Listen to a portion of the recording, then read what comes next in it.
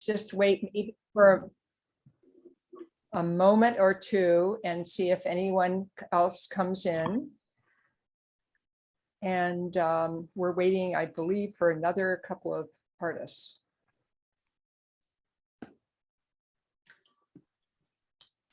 I think all the participants are here. All right. Hello, I'm Mary White. I'm one of the co-chairs of WEED with Manoush Zormoradinia, who's also here and working on the technical aspects of the presentation. At first, I'd like to give a land acknowledgement. We are presenting our presentation, both virtually but physically, from the territory of the Wichin, the original landscape of the Chochenyo-speaking Ohlone people. We're very pleased to have this wonderful gathering of the artists from our first of two exhibitions this fall on the theme of extraction and art on the edge of the abyss. And the whole project is more than almost 100 events going on both this year and hopefully continuing on the topic. I want to remind you also there will be a second presentation on Thursday night of the other artists who are in the Gallery Route 1 show. And that the second show on the same theme will be at the Peninsula Art Museum opening next Sunday. So if you have a chance, drive down to San Bruno and come to the show. With no further ado, and then the other thing that I wanted to say is that this is 25 years of WEED. And we've been going, thanks to Susan Steinman and Joe Hansen, for 25 years. And we are going to be doing a fundraiser this year to raise money to fix up our directory, our artist directory, and increase the visibility and the access for our website to do more presentations. So if you'd like to donate to this presentation, donations are very welcome. So I would like to introduce our other board members who are here. Introduced Manoush and Christina, who's the secretary. Bertea is the secretary, and she's also been one of the organizers of weaving together all of your presentations. And Pamela Blotner, who's on the exhibitions committee and has been the co-curator of the Gallery Route 1 show. So the process of the day is that housekeeping is to please mute unless you're speaking, and the artist will speak, and then there'll be some question and answer time. So I'm ready to take it away. Who's next? I believe it's me. It is. I'd like to introduce Pamela Blotner.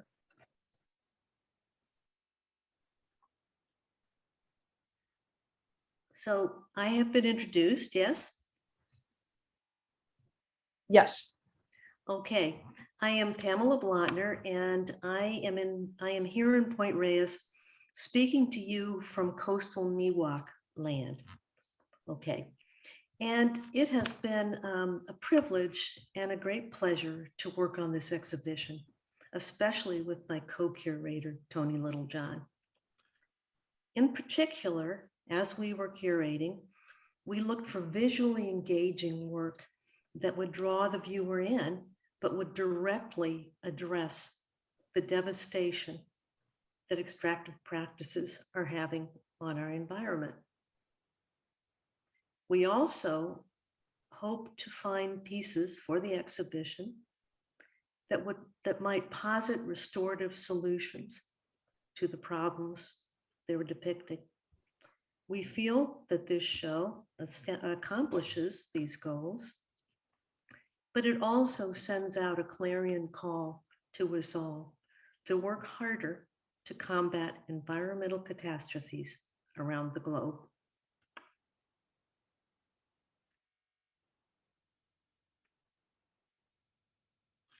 first, if we're not frozen, I would like to point out that that was Vickie Jo Sowell's wonderful sculpture in the first part of this presentation. Here we are. And it is called, I think it is called Overhead, Low Overhead, that's it.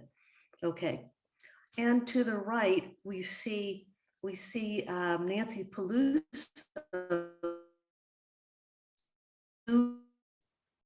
on extraction, and we see Christina Bertes' sculpture in the center about restoring carbon to the landscape. Across from that, or next to that, we see, oh, we don't see that anymore. Okay, we see to the far left, I believe that is Caroline's sculpture about chemicals emitted into the soil and into the water. And I look forward to hearing her talk about that. Next to that, this blue piece, the 3 strips, was made by Renee Owens, who unfortunately could not be with us tonight. And it is about water pollution. Next to that, on the right, we see Lorna Stevens's sculpture. Well, it's actually a sculptural painting or a carved drawing that talks about animal species, in this particular instance, carrier pigeons being forced into extinction.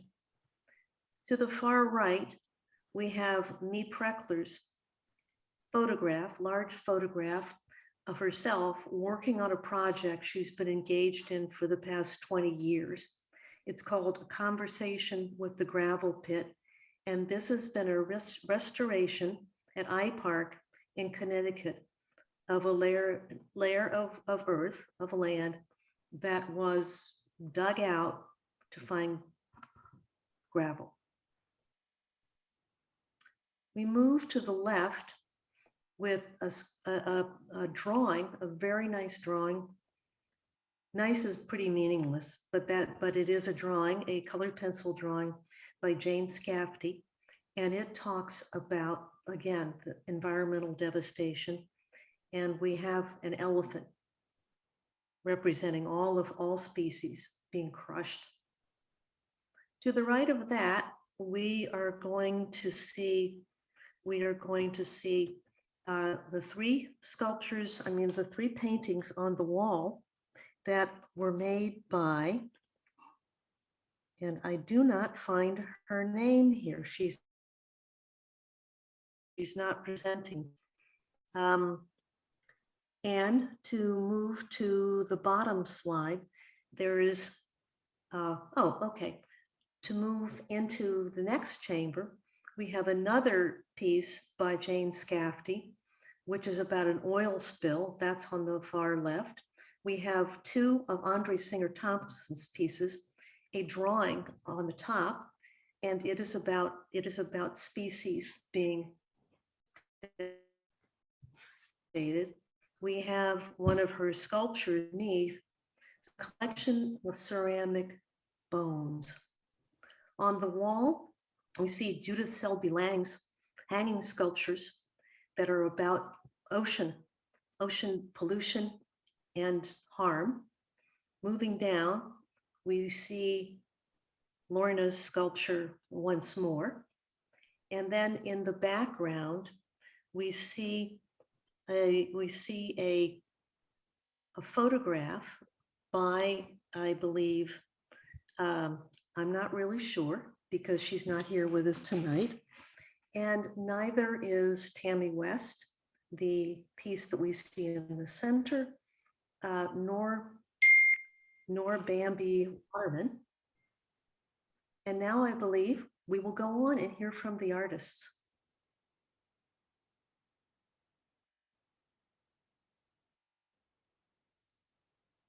All right, so my name is Caroline Landau, and I first want to thank everyone in Weed for hearing me speak and for having this time. And I'm going to be speaking about my project called Archiving Ice. I've been working on this project since 2017, and it started when I was up in the high Arctic in Svalbard, Norway. I was on an artist residency called the Arctic Circle Artist Residency. It's one of the most northern land masses and about a few hours flight from the most northern part of Norway. I had the privilege of working on the same sailboat the following year in 2018. So I spent a lot of time making molds of different pieces of ice. I'm a glass blower, so I made this into glass. I had, going up into the Arctic, I had the intention of making molds of specific pieces of ice. I brought alginate, I brought a camping stove with wax, and just knew I wanted to create different textures and create the exact same pieces into glass. So on one specific beach, it was called Bloomstrandbreen, I brought my camping stove and a lot of different mold making waxes and painted wax on these specific pieces of ice. And some pieces of ice were the size of cars, and then some pieces of ice were the size of pebbles that were these audio installations walking into the water. Just the sound was just incredible. But a smaller piece about this big, I painted this exoskeleton of wax on top of this piece of ice. And it created the exact same textures and the exact form of what that piece of ice was at that specific time. So after I was done making that mold, there are these guards or people that work with us on the boat that are looking out for polar bears while all of us artists are wandering around making different drawings and molds. I brought this piece of ice with this exoskeleton back on the boat, and I melted out its glacier water and kept this wax negative. And then I brought that back with me to San Francisco at Public Glass, and I flipped it upside down and I poured plaster into it and created a plaster positive. Then from there, so the plaster positive is the exact same replica form of this specific piece of ice, along with a few other pieces of ice that I created molds of. Then from there, I made a silicone negative and then a wax positive. And then after that, I made a plaster silicone negative and blue glass to recreate this exact same piece of ice. After the piece is done, I fill it back up with its own glacier water, so it holds this transformation. So I made about a number of these, up to about 20 different Bergie bits, as I call them. Anything larger than 8 feet in size is called an iceberg, and then anything smaller than that is the technical term is called a Bergie bit. And I refill them back up with their lost glacier water to show this transformation, show really what's happening. And I feel like what art can really do is show people in different languages, different ways of what is really happening, with the climate crisis. And to be able to see the liquid loss, to be able to see that, I think hits a different string. And I think glass is a really moving medium because it can hold this lost liquid. And while I'm deeply, deeply interested in the elements, which matches my interest in glass blowing with, fire and wood, and it feels natural to be able to recreate this exact piece of ice into glass. And I think glass also, like what it can do, it can really capture this one exact moment of what that ice was in that specific day. A few hours later, probably lapping upon the shores, it would look completely different. So I really captured that moment. So I want to thank you for your time, and you can learn more about my work at carolinelandau.com. I also have an Instagram account where I post my glass blowing things, but thank you.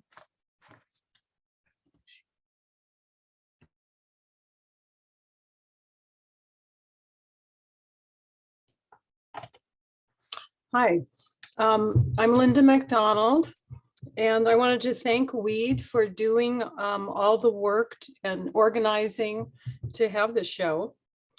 I've lived in Northern California for many years and been inspired to make artwork from what logging has done to our environment, and also investigate the state of the redwood trees, the coastal redwood trees for sure. So extraction through logging. 95% of all the virgin redwoods have been cut, and the lumber production started in the mid 1800s. And yes, the coastal redwoods regenerate and they sprout from the roots, but they become weak because of this. So they're really not virgin redwoods again, unless we wait, 300 to 1,000 years. They can be burned and still live. So we need to protect them as much as we can. What they do for the environment is they collect the fog in their needles, they cool the streams, they create habitat for fish and wildlife, they provide a forest environment, they take in carbon dioxide and create oxygen. So they're really amazing in their resilience and their longevity and their height. And there are substitutes for redwood trees, so we don't have to log them. Douglas fir, which there's many up here, are great for timber. So are pine trees. And there are synthetic lumber made from sawdust, plastic bags, and resins that are used in decking. And mainly the redwood that's milled today is used for decking and furniture and is exported to other countries. So think about it. If you need to put in a deck, think about an alternative to redwood. I used to use humor in my art to illustrate the effects of overlogging, the effects of old lumber equipment and logging equipment that was just left in the woods, and also the old tourist attractions that are still there, still being used.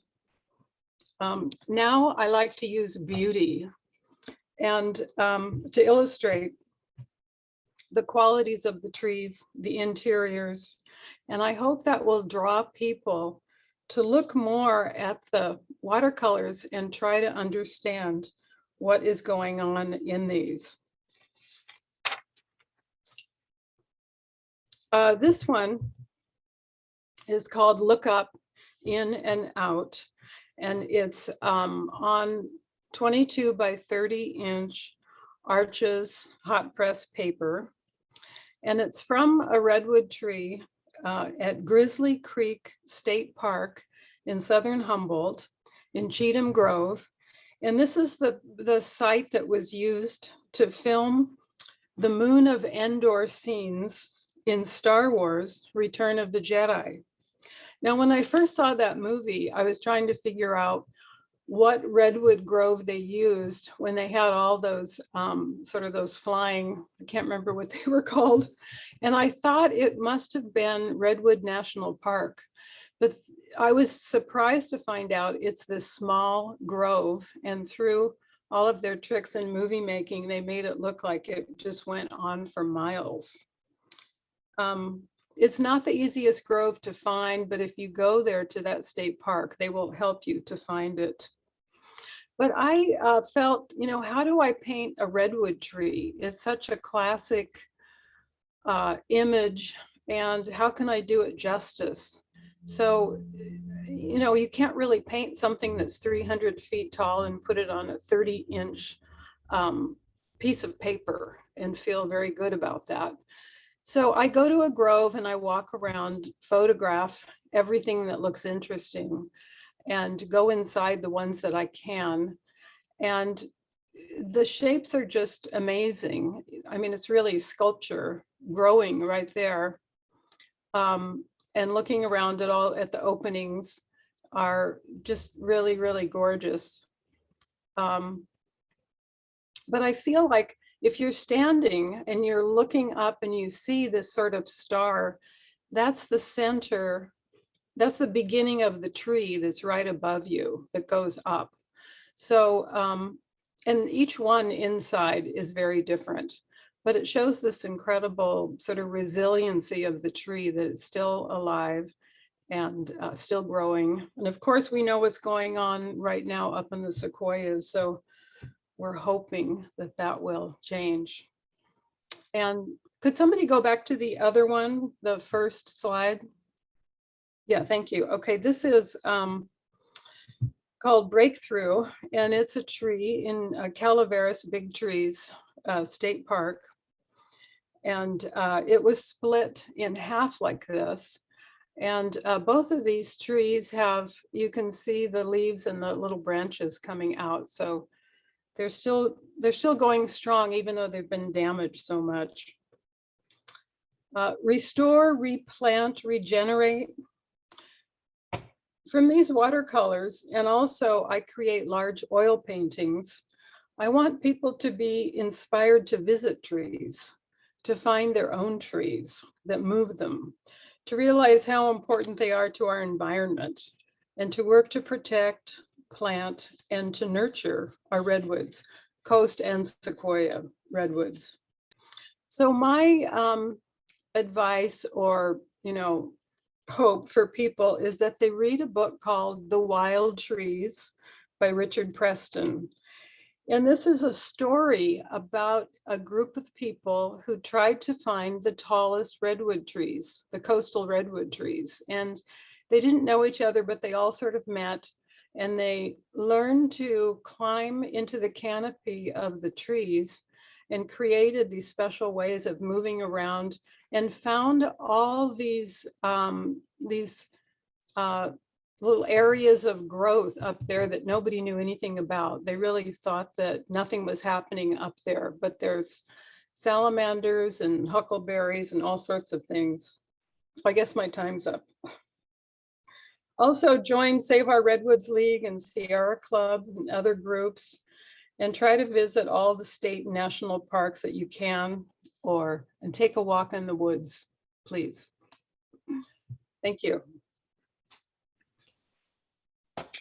Thanks.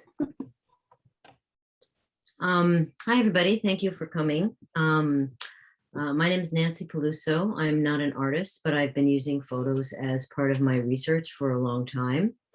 I am a political ecologist, a human geographer. What that means is that I work at multiple scales of analysis to try to understand and document the histories and contemporary relationships between people and their environments. I try to take a critical view, and I work predominantly with marginalized peoples and try to understand their environmental relationships from their perspectives. That includes trying to understand how and why people make extractive environments with their labor, their investments, through property relations and other practices. I currently teach in the College of Natural Resources at UC Berkeley in a group called Society and Environment, where we have other political ecologists, social scientists, and humanities scholars in the Department of Environmental Science, Policy, and Management. So these photos are in West Kalimantan, which is an Indonesian province on the island of Borneo.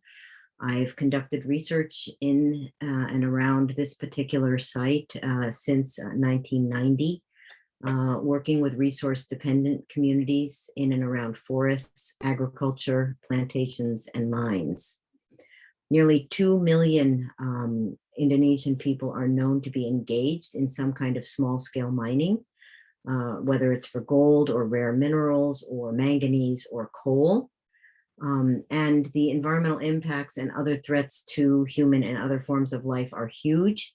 And they're also different from those of other forms of mining, industrial mining and resource extraction. But as local people point out, and the story has been played out, this kind of work actually does provide jobs where many other kinds of extraction, in fact, do not. So these photographs were made during a Fulbright Senior Scholarship several years ago. My project documented how small-scale mining makes territory and property by radically changing the land, and how mining contributes to people's livelihoods in what are very precarious and changing conditions on an island that was once known for its extensive and diverse rainforests. So in this first picture, which I call The Look, a young boy of about 14 is looking up at me as I am standing on the edge of the mining pit in which he is working with a crew. It was taken at around 8 a.m. in an area that was maybe 35 years ago, a fairly but not entirely intact rainforest in West Kalimantan, a province in Indonesian Borneo. Now, most of the miners in this picture come from another part of West Kalimantan. They're part here of what is often called opening a frontier. Others like them are settlers in villages around the edges of this once extensive rainforest. The men are from families with farms and land. Most own or control agricultural land, but most need work, so they came here.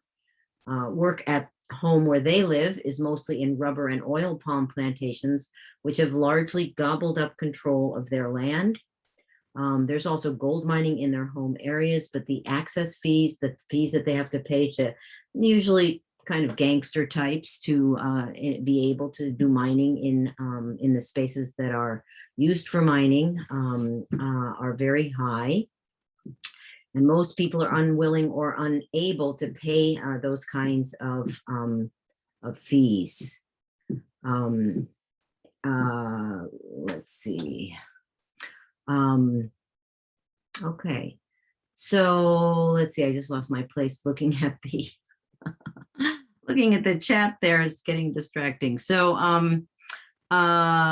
plantations actually do hire people, but they don't pay a living wage. And even though gold mining is very dangerous work, and most workers have worked beside someone who is buried alive within a mining pit, they persist in mining in the hopes of striking it rich, or at least earning more than a living wage.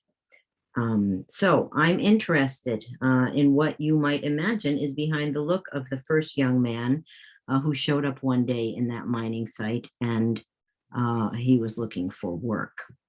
Now, this second picture that's on here is not the full image, so I'm not sure what's really going on with that. It's the wrong image, in fact, but let me describe what the actual image should look like. The other image is basically this same site, but stepped back a bit. And I don't know if I should try to pull up my photograph and share my screen for you, but this is not the correct image, unfortunately. In fact, what's happening in the image that is actually in the exhibit is that there is a man in the very front of the photograph, and he is standing there drinking his morning coffee. Okay, he's standing on top of a pile of old roots and many things that were pulled up from underneath one of the lakes that's been formed by the mining activities that you can see in the background there. And he's standing also next to a very small tarp that's held up by a couple of sticks. And that's where he will go to take a rest in the middle of the day. Nancy, maybe when after the presentation's over, when we're having question and answers, we can pull it up. That's fine. I'll do that. That's fine. But let me just say, oh, do you not want me to finish what I was saying? Yes. Yes, Go finish back. or okay. So maybe you can just go backwards to where even that other picture was. It's fine. You can't tell, this is a very early morning photograph, and basically this is the hottest place I have ever been and worked for an extended amount of time, a Borneo on the equator gold mining camp. All the cooling waters of these rivers had been drained. Their bottoms were turned over to reveal white sand. You feel like in the entire day that you're a part of a heat sandwich. And so 3 weeks in your 60s being part of a heat sandwich is pretty intense. The heat just emanated from the ground and beat down on everyone. I actually took hundreds of pictures, many of which I had to just point and shoot because the sun was so bright from mid-morning to late afternoon. I even did some shots at midday, which was excruciating in terms of the light as well as the heat. So sometimes I didn't even know if the photographs would be even viewable. So at the same time of my having these kinds of travails, I just had to always imagine doing this kind of mining under those conditions to be able to feed your family. Okay, so I'm going to just pass pass the buck for now Thank and you. welcome your questions later. Thank you. Thank you. My name is Judith Selby Lang, and I wish to express my great gratitude to WEED, to Gallery Route 1, and the visionaries who have, from the Extraction Project, who has prompted my personal response, as well as the wonderful and amazing responses that have been evoked here in this exhibition. So thanks to all for giving us the opportunity to express this important issue. When I think about the journey of these two pieces, there is Swag, the orange rope, and the black knot. And I think about where they came from the Pacific Ocean, and then they arrived on Kehoe Beach, and then on the wall in the gallery at Gallery Route 1. To see this mess in a formal setting is a real, gives me great pleasure. When you think of fishing, you may think of hook and line, catch and release, or catch and eat. And when you think of commercial fishing, you may think of enormous nets. And that may be the case. Industrial fishing nets go up to sometimes 7 feet long. Unfortunately, many of these nets and ropes get lost, they get disconnected, and then they continue to fish in what's called ghost fishing. They rise and fall, these great swarms, these great snarls of monofilament line, polypropylene rope, netting, and they rise and fall in the ocean. And unfortunately, they take with them marine mammals, birds, bycatch fish. It's a tragedy of a monumental scale. Also, fishing gear scrapes the bottom of the ocean, disrupting coral and basic habitats. So these snarls are these pernicious entanglements, but I find great intrigue in the weaving and the textile nature of these materials. So with my husband, Richard Lang, we have over the years collected thousands of pounds of plastic from Kehoe Beach in the Point Reyes National Seashore. These ghost nets have washed up, and we have quite a pile of them in our inventory in our barn and barnyard. And most people don't know ghost nets. They've maybe never seen them, but they are washing up onto the beach. So I've become intrigued with what forms, what possibilities might be found within this mess. And I've begun to unravel bit by bit, searching for, you might say, how can I deconstruct this mess and try to make some kind of meaning from it? I've found knots and cords and hawsers as I deconstruct. This found art is actually found many times. It was found on Kehoe Beach, then found in response to the extraction theme, then found again in my studio as I culled through it, and then finally found in its final configuration there at Gallery Route 1. This luxurious gift from the sea reminds us of the problem of commercial overfishing. Buffeted by the wind and the surf, though, I find a tremendous beauty in this gnarled, twisted mass and the odyssey, the mysterious odyssey that brought them from the ocean to the beach to me. Thank you.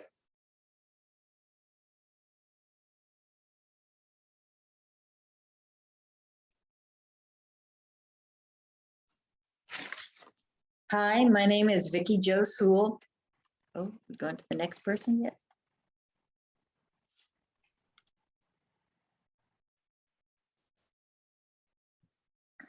Vickie, I think you're on. Okay, I'm ready. Okay. Hi, my name is Vickie Jo Sowell. I'm a public artist and a master gardener. I've been a master gardener since 1999, and my website is unrulyimages.com, and you can Google my name. Part of taking advantage of being, part of taking advantage of the Extension Service Master Gardener Program is to volunteer back in the community. So the year I graduated from the program, I designed and built with the help of volunteers, Big Daddy's Complete Rejuvenating Community Garden. It's built on the site of a burnt down gas station and was named after the last business at the site, Big Daddy's Complete Rejuvenating Detailing Shop. The gas station was built in the 50s and was closed in the 70s because of leaded gasoline. Big Daddy's Community Garden is on the Smithsonian's list of community gardens, and with the help of Andree Thompson's Laney College Environmental Art class, the garden is full of art and sculptures. The freeway underpass depicted in my sculpture is adjacent to this garden. It's located at Peralta Street and 36th Ave on the border of West Oakland and Emeryville. The underpass is what the artwork is about. It is based on my reality and daydreams about urban renewal of West Oakland and how I would expand my community garden that once was salt flats, oak trees, and recently Berkeley Farms before the freeway came. I imagine this vista every day, and this is what this is the underpass that inspires me, and I'm inspired by its occupants. I've just started my next underpass sculpture, and it'll probably have more to do with how we use underpasses as caves for the homeless. So my advice is to take the extension service classes that are offered in your county. Every county has them. It's a 4-month class. It'll teach you everything about gardening you need to know, from tree planting to growing grass. Plant more trees, garden more, and be involved. Be involved in your community, volunteer. That's my advice.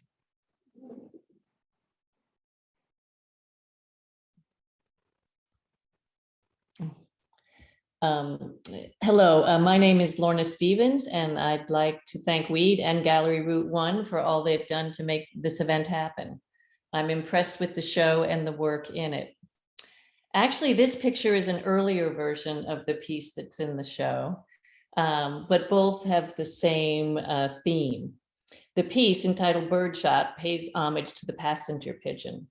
It was once the most abundant bird in North America, and it's now extinct. The population went from an estimated 2 to 3 billion in the early 1880s to none 100 years later. In 1833, Audubon described a mile-wide flock of migrating pigeons that passed over his head and blocked the sun for 3 straight days. In 1914, the last passenger pigeon died in the Cincinnati Zoo. So what happened to the passenger pigeon? In short, it was hunted into extinction. The bird offered plentiful cheap meat to early European settlers who shot millions of them. The extinction is considered avoidable and caused by humans. The demise of the passenger pigeon was widely publicized and prompted interest in wildlife conservation and hunting regulation. Martha, the last passenger pigeon, became a celebrity. After she died in Cincinnati, the Smithsonian immediately froze her into a block of ice and transported her to their collection specialists in Washington, D.C., where she was taxidermied and put on display. She's a prized possession of the collection. Life without the passenger pigeon is more than unfortunate. It is damaging in unforeseen ways. The passenger pigeon contributed to forest biodiversity through colony collapse, which occurs when the weight of many birds on upper branches breaks the tree boughs. This allows light to filter to the ground and stimulate new growth. To tell the story of the passenger pigeon, I covered salvaged wood with paper targets tinted with sumi ink.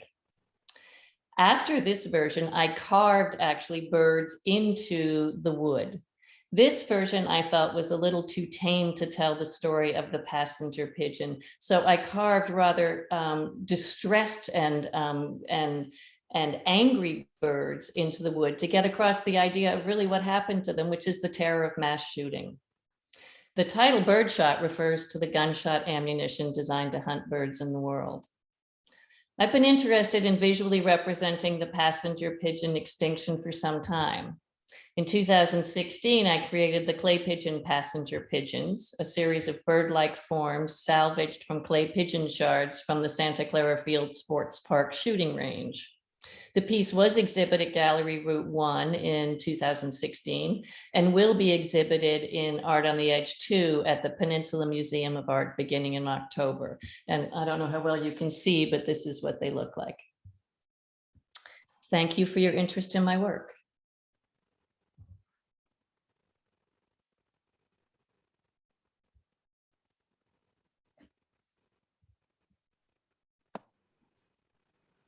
I'm here if you want to see.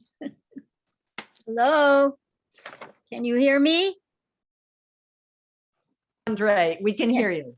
Oh, okay. First, I want to thank everybody, Weed and Gallery, and I just want to tell you how much I'm enjoying hearing everybody talk about their work. It brings it to life and makes it so much more alive. Thank you. I also want to say that in Berkeley here, I'm on Ohlone land. So this work, I call it deforestation to reforestation in keeping with the theme of extraction. These are drawings, and I also have repurposed sticks with drawings of endangered species.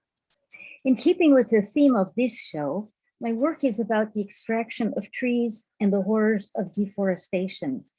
So someone has also talked about trees, and I appreciate the input that they did. Forests presently cover only 31% of the Earth's landmass, but are being destroyed at an alarming rate, which causes weather and climate change, global warming, soil and land erosion, floods, and of course, extinction of these species, loss of habitat and biodiversity. 137 species become extinct every day.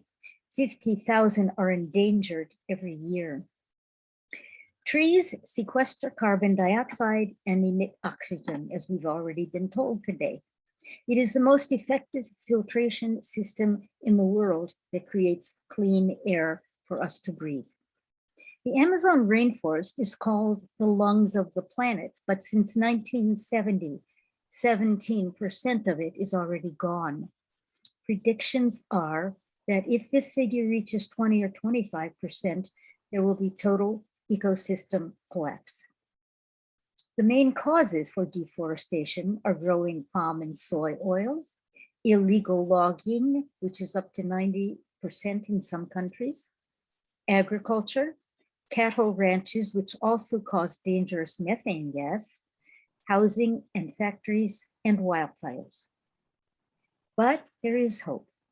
And one of them, including laws for reforestation. Reforestation, it's a great word. Finland has a law that says any tree cut down must be replaced by new growth. We need to encourage that. There are also actions that we can take, several organizations that you can support and that we can help governments take. So eat less meat, drink less coffee and chocolate, punish illegal loggers, cultivate and use bamboo, which grows fast, burns cleaner, and can be used for all sorts of things we are learning. Support agroforestry, which is mixing native and cash crops together. Recycle and stop using plastic. And of course, plant trees and support organizations that do. And then vote, vote, vote for eco-politicians. Thank you for going to the Sticks and Bones next.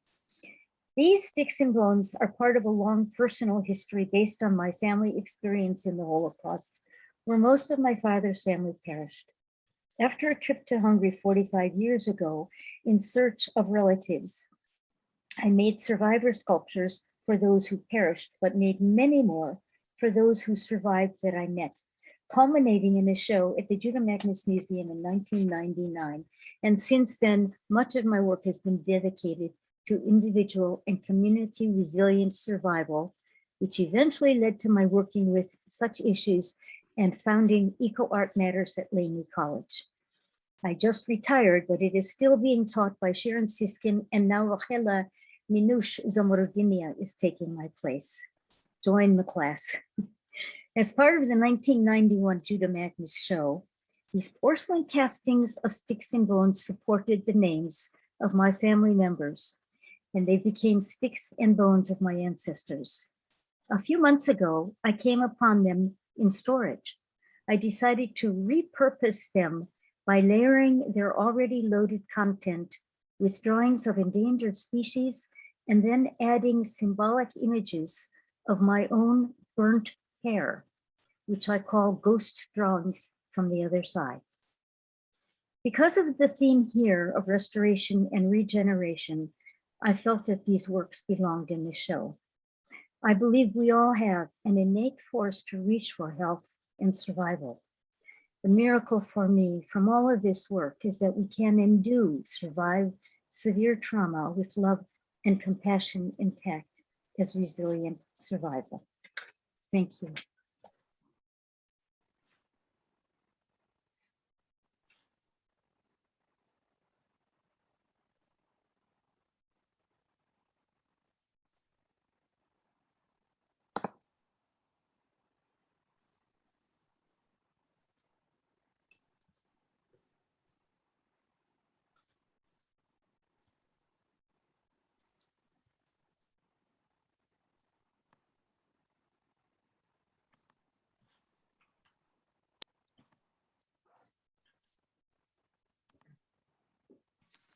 Sorry, I needed to be unmuted and I couldn't communicate that. So I'm Christina Bertea, and this piece is about hope and what we can actually do.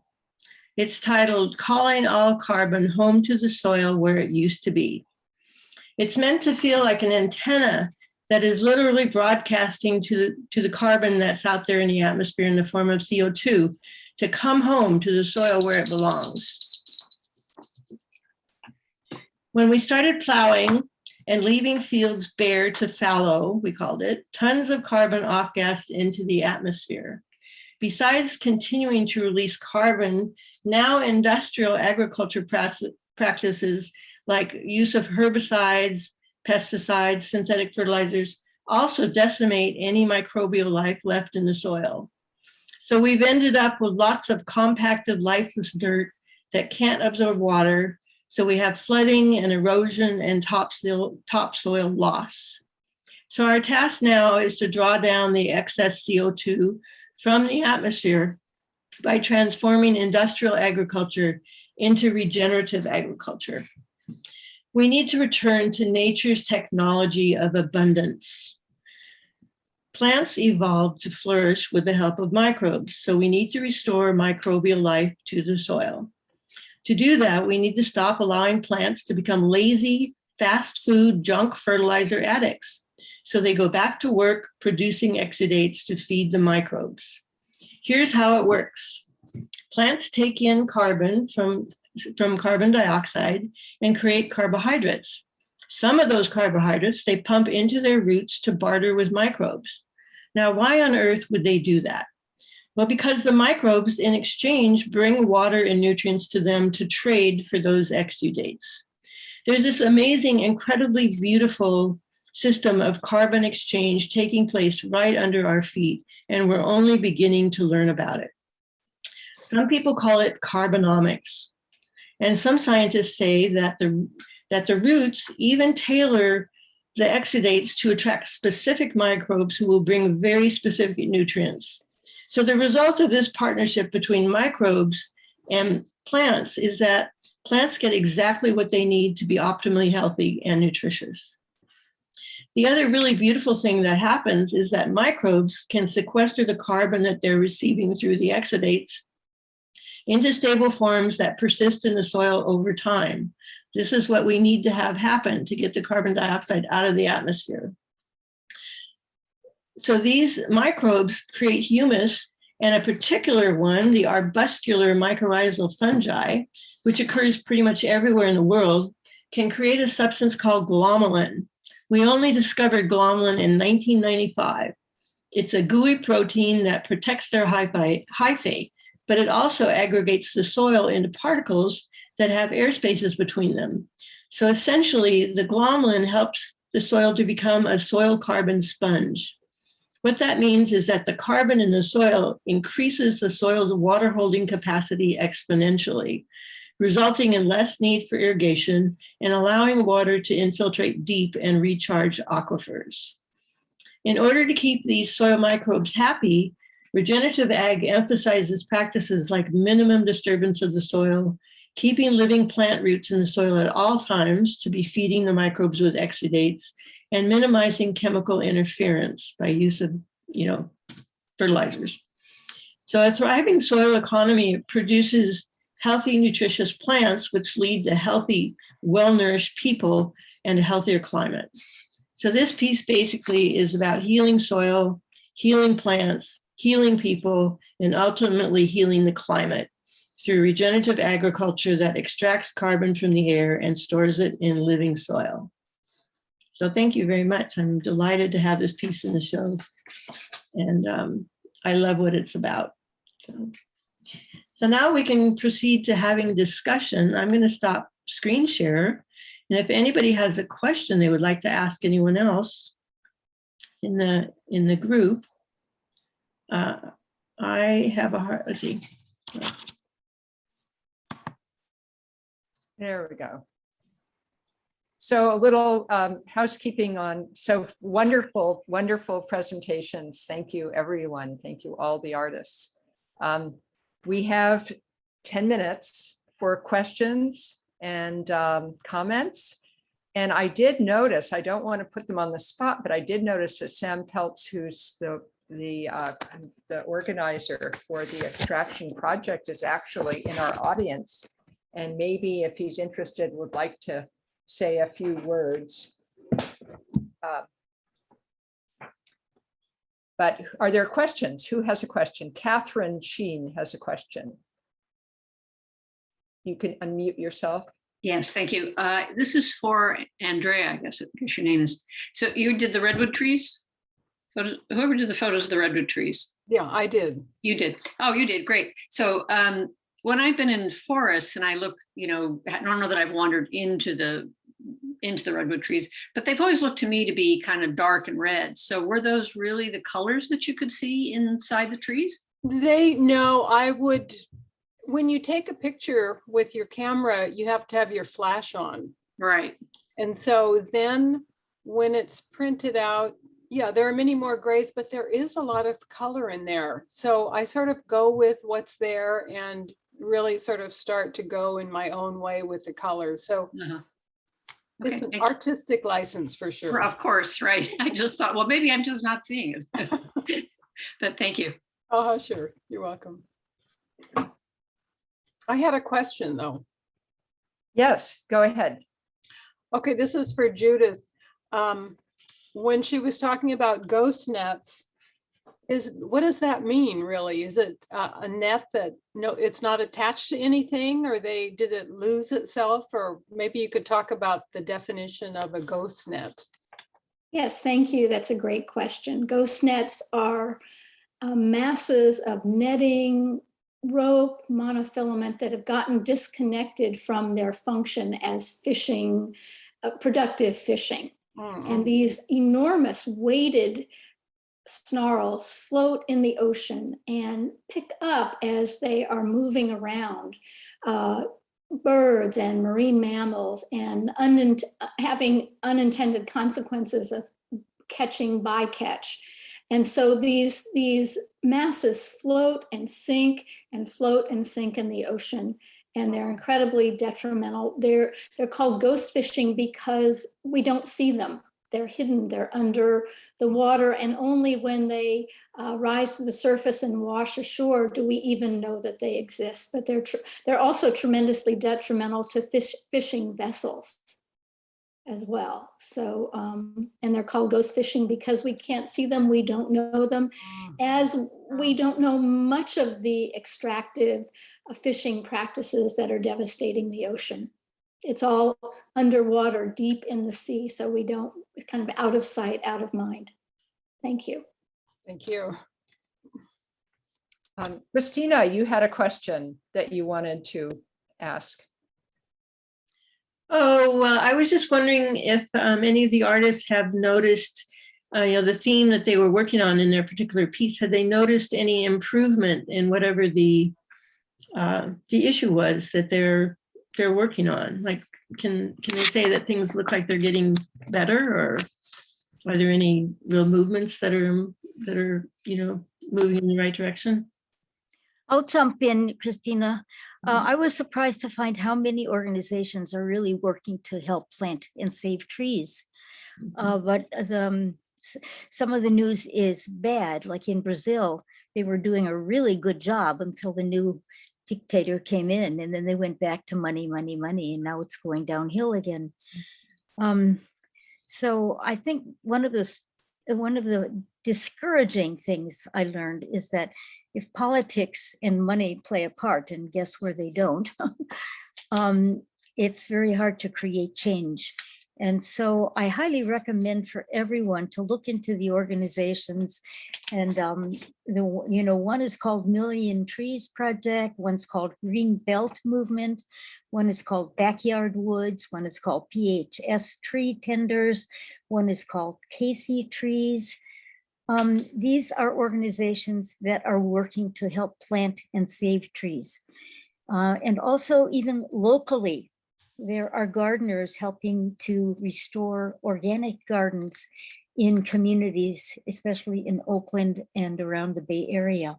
And if you care, I really think you can encourage people who are my age to put into their will money for these organizations, or to actually take land where people can plant trees more.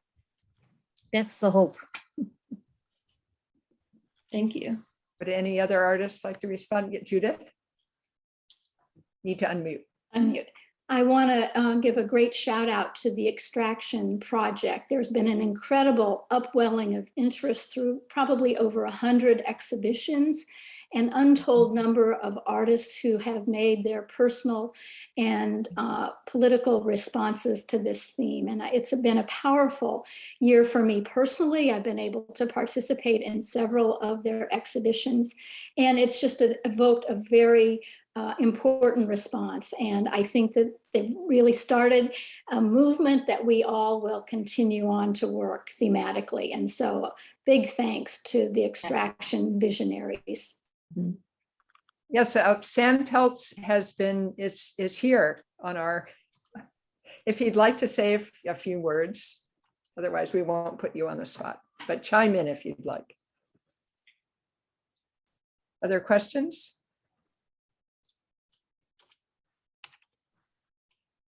Pamela. This is for Christina, and I'm always very interested in how someone's art interacts with the way they live their lives. And I know that Christina also works as a professional plumber and has done some wonderful things with salvaging gray water. And I guess I'd like to ask her which came first, but also how the survival work and the art feed each other. Oh, what an interesting question. Survival work. Well, I'm kind of an age now that I don't actually have to work too much.